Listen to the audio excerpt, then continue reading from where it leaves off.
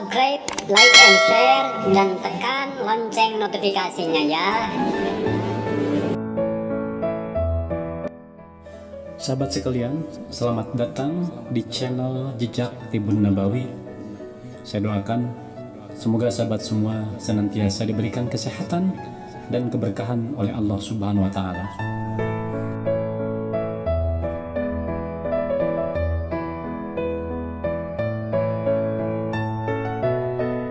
Bismillahirrahmanirrahim. Dr. Zaidul Akbar MM, pengurus pusat asosiasi atau Persatuan Bekam Indonesia. Beliau seorang dokter dan juga praktisi kedokteran nabi dan herbal, berpendapat teori terbaik di alam semesta ini adalah teori Allah Subhanahu wa Ta'ala dan Rasulullah Shallallahu Alaihi Wasallam, termasuk dalam bidang kesehatan, yaitu namanya Tibbun Nabawi. Dan bekam adalah pengobatan yang berlandaskan sunnah hijamah. Jadi sepantasnya kita memuliakan sunnah ini dengan menyebarluaskannya. Penelitian atau apapun yang berkaitan dengan sunnah sekadar memperkuat kebenaran sunnah tersebut. Pentingnya terapi bekam akan semakin kita sadari ketika kita mengetahui bahwa Nabi Shallallahu Alaihi Wasallam telah merekomendasi umatnya agar berbekam melalui banyak sabdanya. Dalam sebuah hadis diriwayatkan bahwa dalam perjalanan Isra dan Mi'raj, Nabi Shallallahu Alaihi Wasallam berkali-kali melewati sekumpulan malaikat. Setiap beliau berlalu di hadapan mereka, mereka selalu berkata, "Ya Muhammad, mur ummataka bil hijamah." Wahai Muhammad, perintahkan umatmu agar berbekam. Beliau sendiri juga sering berbekam, kadang di kepala, tengkuk, leher, pinggul, atau bagian tubuh lainnya. Bukan hanya ketika mukim atau tinggal, beliau juga berbekam ketika safar dalam perjalanan. Bahkan sebagian riwayat juga menunjukkan bahwa beliau berbekam ketika ihram. Ini merupakan bukti bahwa berbekam telah menjadi kebiasaan beliau yang baik untuk kita teladani. Adakah kebiasaan yang lebih baik daripada kebiasaan Rasulullah Shallallahu Alaihi Wasallam? Terapi bekam adalah harta karun, sekaligus salah satu mujizat Nabi Muhammad Shallallahu Alaihi Wasallam. Betapa banyak mujizat yang terjadi melalui terapi ini, dan betapa sering terapi ini membantu kesembuhan para penderita penyakit kronis yang sulit disembuhkan dengan metode pengobatan manapun. Rasulullah Shallallahu Alaihi Wasallam bersabda, "Asy-syifa fi thalathin, syarbati asal, wa syartati mihyam, wa kai'atin nar, wa ana anha ummati anil kai'." Kesembuhan itu terdapat dalam 3 hal: minuman madu, sayatan alat bekam, dan sundutan besi panas. Tetapi aku melarang umatku berobat dengan sundutan besi panas. Sahabat sekalian, kenapa kita harus memilih bekam sebagai bagian dari terapi kesehatan? Ada beberapa pertimbangan.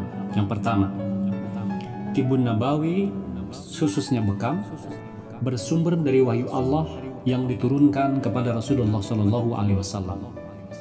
Allah Subhanahu wa Ta'ala yang telah menciptakan dan membentuk diri kita tentu mengetahui anatomi tubuh kita serta apa saja yang bermanfaat maupun yang membahayakan bagi tubuh kita.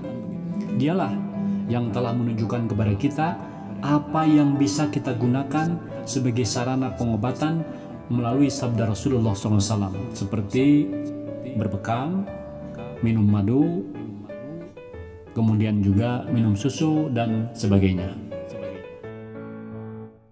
Yang kedua, Tibbun Nabawi terutama bekam menggunakan mekanisme pengeluaran atau ikhraj, rilis. Jika Tibbun Nabawi menggunakan mekanisme memasukkan atau idkhal, maka yang dimasukkan hanyalah bahan-bahan yang tidak berbahaya seperti madu dan susu unta. Ia tidak memasukkan bahan-bahan berbahaya seperti yang biasa digunakan dalam pengobatan lainnya. Terapi bekam mengeluarkan sel darah yang tua dan rusak di samping zat lain yang tidak dibutuhkan tubuh dan menyebabkan timbulnya penyakit, sehingga terwujudlah kesembuhan dengan izin Allah. Yang ketiga, Tibun Nabawi mampu mengatasi banyak kasus penyakit yang tidak bisa diatasi dengan pengobatan-pengobatan lain, dengan tingkat keberhasilan terapi yang mengagumkan. Misalnya, kasus-kasus penyakit kanker, terutama kanker darah dan kanker payudara yang belum sampai pada stadium akhir.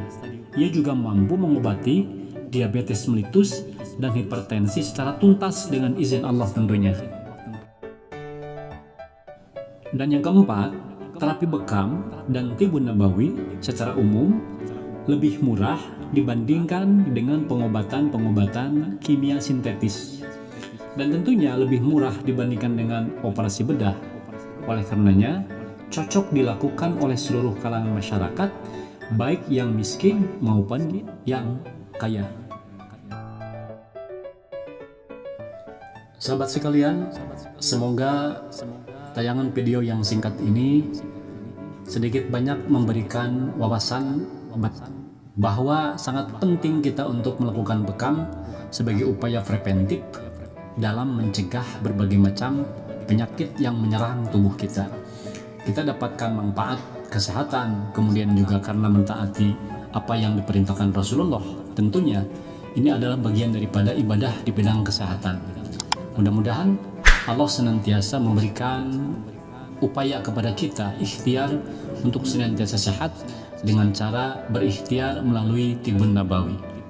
Demikian, terima kasih. Sekali lagi, jangan lupa subscribe, like, share, dan tekan lonceng notifikasinya.